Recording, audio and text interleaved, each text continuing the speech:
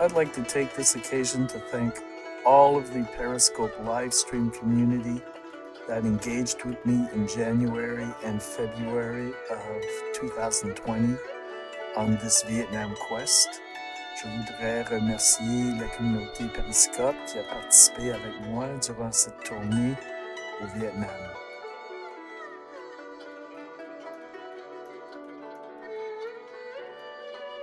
Welcome to the Sunday gem market. So if I go over there, I think the signal gets weaker. So I'm going to stay out here, and then I'm only going to go there after I spend a good time. Why not take it off and... Okay, you tell me. I got two satchels. I got this satchel, okay, and then I got this satchel over here. And then, so I figured I'd leave the helmet on just for convenience sake, but you might be right. I could clip it to my waist, but then I might tip into one of the tables. So I want to be just self-contained and experience the gemstones. But what would be nice is to have a translator available to discuss, any kind of questions. Most stones are cheap, mostly agates, you can see. Thank you. Are you knowledgeable about stones? I did read that sapphire rubies are a thing here. So I haven't seen a hell of a lot, but there's not a lot of sunshine, a lot of light. You need a little bit of light for the six-pointed star to flare. So it's still early days. I'm surprised. Okay, Debbie. Hey, how's it going? We're at the gem market that's only around on Sundays. I used to work in one years ago. You mean a gem store? A jewelry store? A setter? People who put stones in rings? In fact, I'm kind of looking for a setter. And who would know where you could find a setter except at a gem market, don't you think? But there's a language barrier.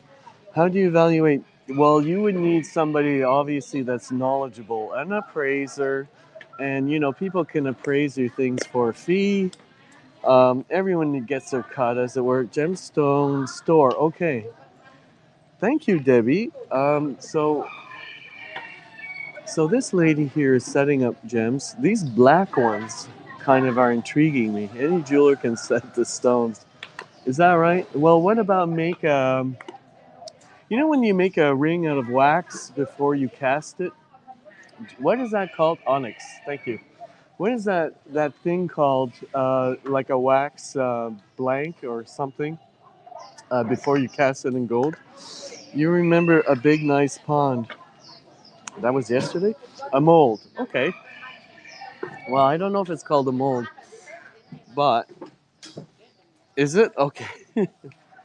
So I'm looking to have a ring made for a star sapphire I bought in Burma 15 years ago. And I was hoping to, for the price of whatever ingots of gold that it may take to make the ring, is probably will determine the cost of it. And also the kind of color of the ring. But it's really hard to communicate what you want. Like these, that would be called a special order if you go into a jewelry shop and they give you a blank stare. Ask around there, yes. Well, what I'd like to do is find somebody speaking English who could, yes, direct me to, ideally, look at this amber color right there. That one is kind of sticking out. He's browner than the rest. Oh, thank you for the super heart, Debbie. So hopefully we can learn stuff, because otherwise it's just going to be me talking, without knowing much about much.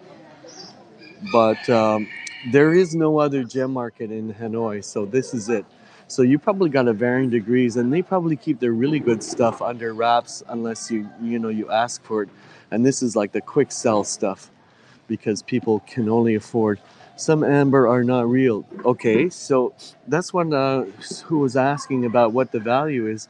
You need to evaluate. You need an appraiser, people that are knowledgeable. I used to work for an antique dealer / jeweler back in the day, and I know a lot of them are very protective of the, their knowledge base. They just don't share out stuff.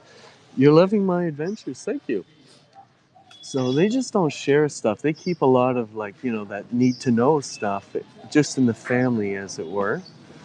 And they won't give away information for free, especially if one of your sidelines is an appraiser, because there's a fee, a minimum, I don't know, $100 with a certificate.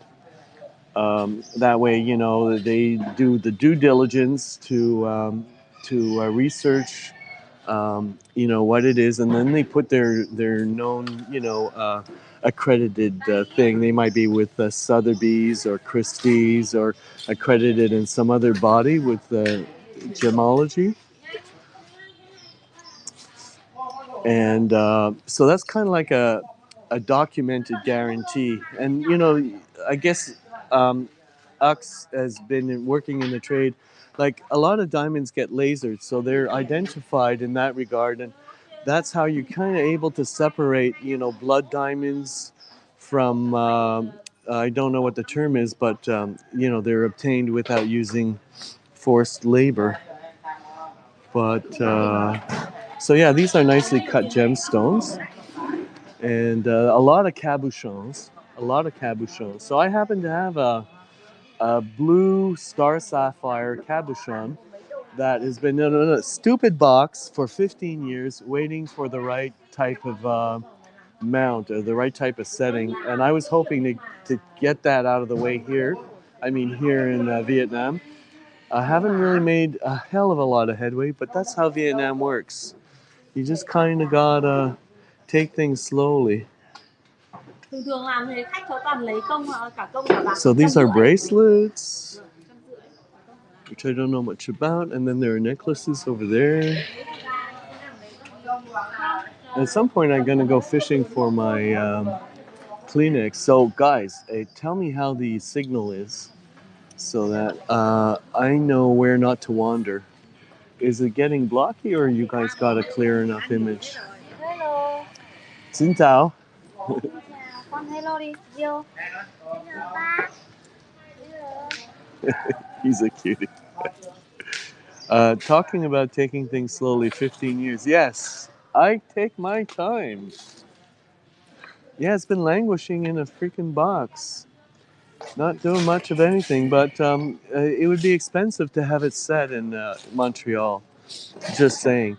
So the last time I set an intaglio that I bought on the black market, it was in Turkey. And that was an interesting kind of a travel sort of thing, where there's a context. All good, keep informing use. All good, keep informing. Okay, thank you. You're talking about the signal. Okay. I hate this fucking nerve point. It's like some kind of pressure, and it's wearing on me. Let me just. Okay, I've taken the pressure off. All right. I'll be okay. Check out the bonsais. They've just had their misting. They just had their morning. I ain't nobody's daddy, Marty Vale. I don't know who daddy you think is here, but look at these little bonsais. I assume they're for sale. Oh, look, there's a jewelry shop in here, but probably the signal will cut out if I go in there. So check out this little guy. Yeah, bonsai heaven. Look at that little lawn with just a little, well, a shrubbery. And they got moss, so the moss gets misted so that it keeps the soil moist. And but if you go away for 3 days and you forget to mist your bonsai, it's toast. It's done for. All right, so now I'm done with the sniffling. I gotta go fishing for. Yes, yeah, these are the real deal. See, we were seeing a lot of dwarf trees. So there's some leather goods over there. Some of it looks like crocodile. Oh, and look, here's like a leather necklace with a little bit of silver. and it's wrapped around. That kind of caught my eye. Okay, let me wander some more. I like those cases. Look at how the cases kind of like are tiered. It's like, oh, we looked at it earlier. Like there are rings in the thing, pens, stuff. So here's jade. There's quite a range of jade, and so jade can range in quality. Like serpentine is the least quality, I think, of jade, and I think I know a trick for telling like the higher quality jade. It's harder. If you hold if you hold the stone at room temperature to your cheek, it should feel really cold. Because I also have a piece of orange jade I bought in Myanmar, and somebody showed me that trick. By holding it to your cheek, it really does feel cold. And it also has been languishing in a little box. So these are little precious. These are probably, I don't think they're, well, the fact that they're in little boxes, like those are the boxes that my sapphire and my jade is housed in. So having them, presented like that gives them somewhat of a little more of a, it's like they're worth more. It's just a psychological thing, but it could be nothing. It could just be window dressing. But I like this little table setup. The problem is they might be faked too. Yes, so purple is your favorite color, so naturally amethyst would be your favorite rock. Okay, let's see if we can wander to this table here.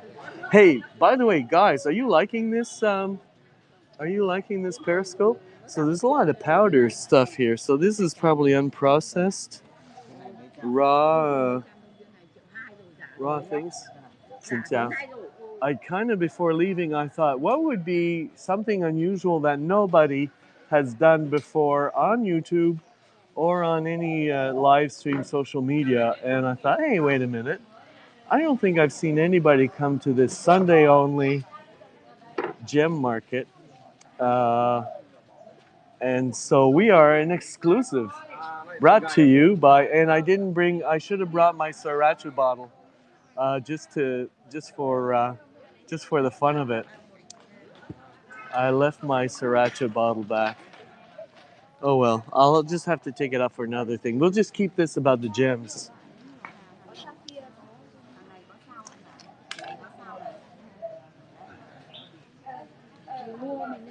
So I have had people smile. Like the lady in the purple over there, she had a really nice smile. She was very welcoming. And I almost had a glimmer of, oh, I think she speaks English.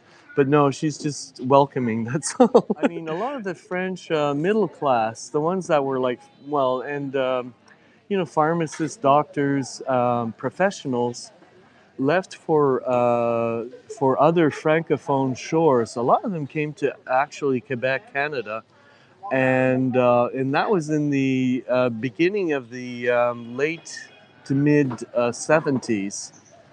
So a lot of there was a huge contingent of French-speaking Vietnamese that were welcomed into Quebec because Quebec needed to raise its population, but also raise it with French-speaking immigrants. So at the same time, there were Haitian, because Haiti is French-speaking. So we had an influx of Haitians and Vietnamese. And I'm trying to think, there's really not any other country that was exporting people in around that time. It was important to shore up numbers and stuff at the time because our population was quite small. And they needed to keep it French speaking, like so that the electorate would vote for French speaking interests. So it was a strategic thing that the Quebec government did to import French speaking immigration.